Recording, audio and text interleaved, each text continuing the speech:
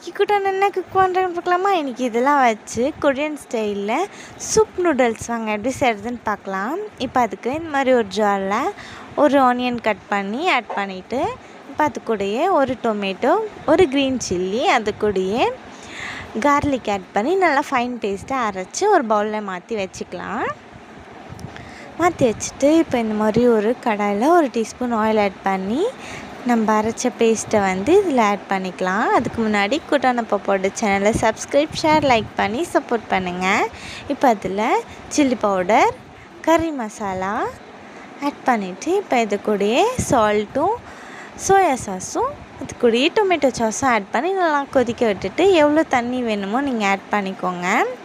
Add பண்ணிவிட்டு carrot, beans, capsicum இது add பண்ணி அது கூடயே இப்போ நம்ம கோஸ் ஆட் பண்ணி நல்லா வேக வச்சுக்கலாம்.